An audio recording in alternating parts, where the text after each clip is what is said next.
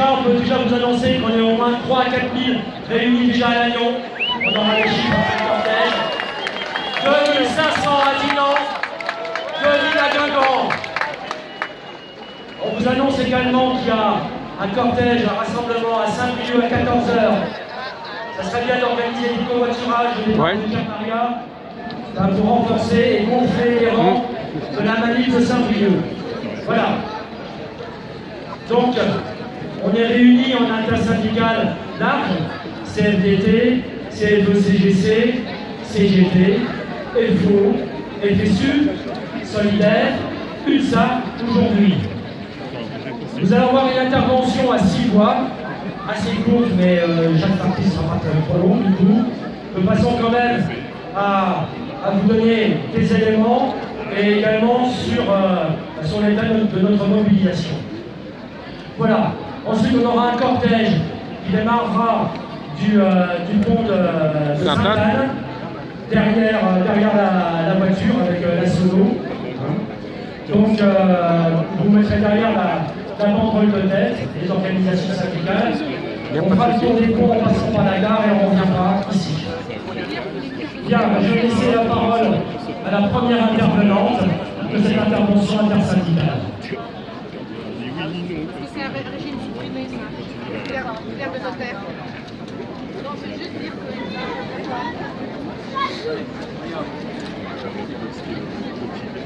Le système français de retraite, redistributif et solidaire, a été mis sur pied au lendemain de la Seconde Guerre mondiale par le Conseil national de la résistance, avec cette devise: il faut en finir avec la souffrance, l'indignité et l'exclusion. Désormais, nous mettrons l'homme à l'abri du besoin. Nous ferons de la retraite non plus une antichambre de la mort, mais une nouvelle étape de la vie. Mais ce système de retraite par répartition, depuis 40 ans, a fait l'objet de 8 réformes. Elles ont été guidées par la volonté d'obliger les salariés et les fonctionnaires à travailler plus longtemps. En 2010, le recul de l'âge de la retraite à 62 ans poursuivait le même objectif, plaçant nombre de salariés dans l'obligation de travailler plus longtemps, voire jusqu'à 67 ans, pour échapper à une décote de leur maigre pension. Alors 64 ans, c'est non. Quant à la loi Touraine de 2014, allongeant la durée de cotisation progressivement à 43 annuités, soit un trimestre tous les 3 ans jusqu'en 2035, elle a déjà compensé les gains d'espérance de vie des dernières années. Alors, passer à 43 annuités d'ici 2027, soit 3 fois plus vite, c'est non aussi.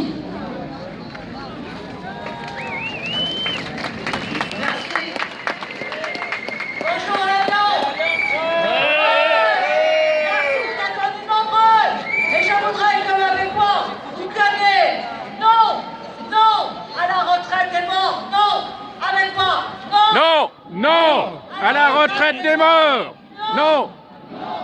Non. Là, on nous dit, et donc on nous parle constamment, l'espérance de vie n'est pas un argument valable pour allonger la durée du travail, comme s'il existait un lien naturel ou nécessaire entre le temps passé au travail et la retraite dans une vie humaine. Ça n'a pas de sens. Non. De plus, l'espérance de vie en bonne santé était en 2019 inférieure à 65 ans. Avec la retraite Macron, la génération née en 1975 passera moins de temps en retraite que la génération née en 1950. Non. La retraite est morte. Non, nous ne voulons pas tomber dans le fatalisme et des phrases culpabilisantes et en même temps. Non. Quand on nous dit on vit plus vieux, mais c'est faux. Nous savons tous que c'est faux.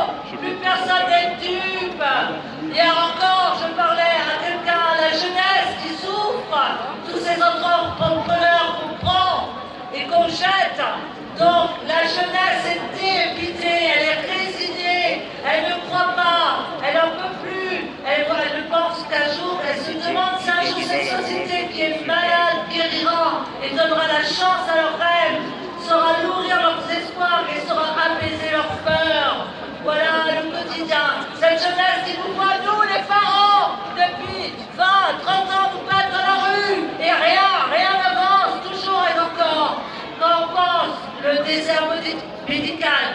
Le quotidien, c'est la casse du système de santé. Les soignants. Justice pour les suspendus! Justice pour les suspendus, oui, depuis un an. Il y en a qui sont suspendus sans salaire, effectivement. Quand on pense aux urgences de Lannion, on attend 20 heures. 20 heures, vous trouvez que c'est normal? Non!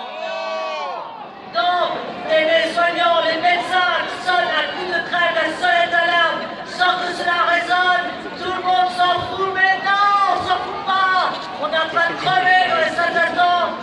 Nombreux soignants, comme d'autres salariés, sont obligés de poursuivre pour vivre, sachez, dans la pénibilité. Ils travaillent 35 heures, 40 heures, et en plus ils sont obligés de se taper des chaques après le service. Non, contre la retraite des morts.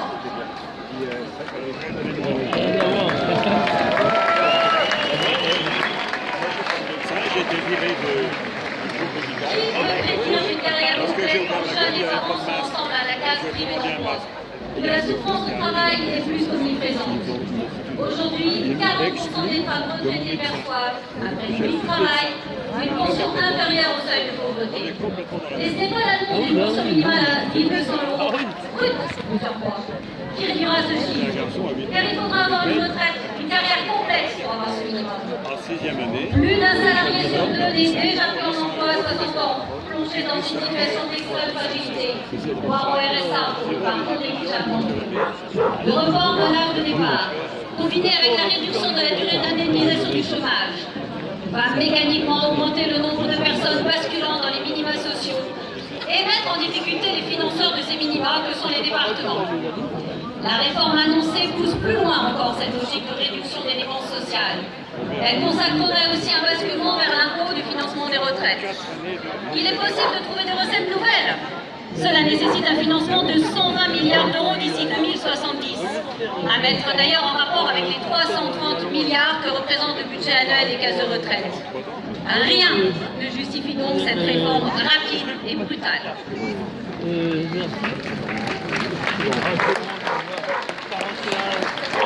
Bonjour. Pour conforter et maintenir le financement de notre système de retraite par répartition, les recettes supplémentaires peuvent sans difficulté être dégagées par la création de très nombreux emplois nécessaires, notamment dans les services publics, mais aussi par l'augmentation des salaires et l'instauration de l'égalité salariale entre les femmes et les hommes, qui apporterait à elle seule 6 milliards supplémentaires. Elles peuvent aussi fournir pour une part des 160 milliards que représentent chaque année les exonérations sociales sur les bas salaires. Des 70 à 90 milliards que coûte le crédit d'impôt pour la compétitivité et l'emploi et d'une chasse efficace à la fraude fiscale pratiquée par les employeurs à hauteur de 100 milliards. Pour une majorité écrasante, les Françaises et les Français ne sont pas dupes quant à l'objectif poursuivi par le gouvernement avec son projet de réforme des retraites. Aujourd'hui, l'état de l'opinion n'est plus le même qu'il y a 3 ans. Avant même le lancement de cette bataille, la grande majorité des salariés a compris la supercherie du projet et rejette la perspective de travailler plus pour gagner moins. Si près de 70% des Françaises et des Français sont opposés à cette réforme des retraites, nous sommes près de 90% de salariés actifs et actifs à la refuser. Aujourd'hui, d'après le baromètre d'opinion du ministère du Travail lui-même, la majorité des travailleurs en activité souhaitent partir autour de 60 ans. Ils considèrent que 63 ans est un âge limite à partir duquel il n'est pas acceptable de faire travailler les gens.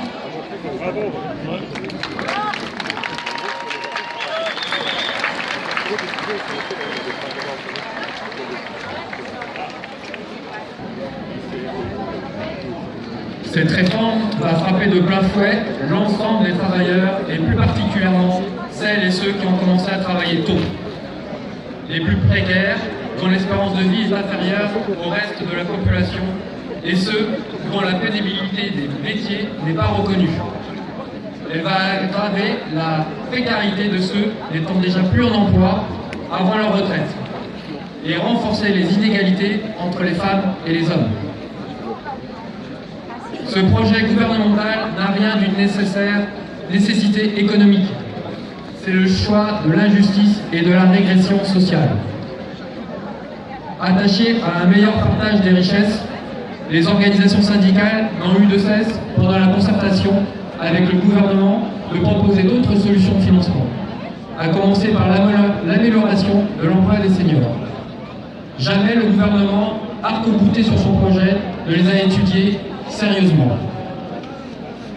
De plus, cette réforme des retraites intervient dans un contexte social très aggravé, où l'inflation plombe le budget, notamment et surtout des ménages, avec des augmentations de salaire trop faibles ou inexistantes, quand les produits de consommation courante et indispensables dépassent les 10% de hausse. Quand le litre de gasoil flirte avec les 2 €, quand le prix de l'énergie, sans mauvais jeu de mots, flambe, quand ce soit le gaz, l'électricité ou même le bois de chauffage qui, lui, a triplé. Je ne sais pas si tu l'as déjà fait, non, tu l'as pas déjà fait, ma photo là. Alors, c'est à nous de montrer notre détermination à s'opposer au projet du gouvernement par la grève et la participation sur les lieux de travail aux assemblées générales et à débattre de notre avenir comme pour nos salaires et nos conditions de travail. C'est à nous tous de définir ensemble les modes de mobilisation qui feront grandir le rapport de force pour le retrait de ce projet, mais aussi gagner des conquis sociaux. Et si par entêtement, le gouvernement persistait à maintenir son projet, montrons également notre détermination en participant massivement aux prochaines journées de mobilisation nationale, interprofessionnelle et intersyndicale, notamment dans le cadre du débat parlementaire, en montrant partout à nos députés, et nous en avons un là-haut, rappelez-vous le député Gonillot, notre opposition ferme à tout recul de nos retraites. Seuls sont perdus d'avance les batailles que nous ne menons pas. Car si ceux qui luttent ne sont pas sûrs de gagner, ceux qui ne luttent pas ont déjà perdu.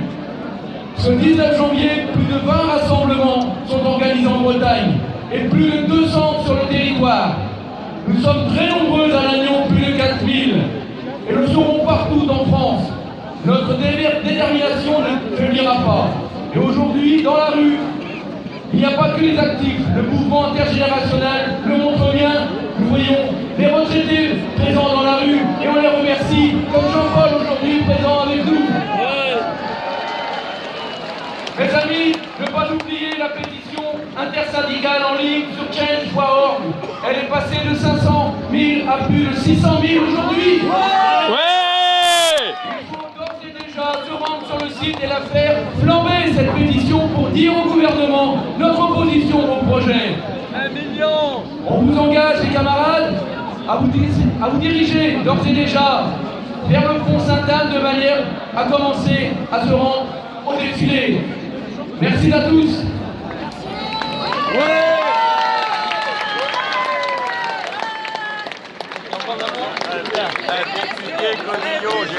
Pétition 1 million.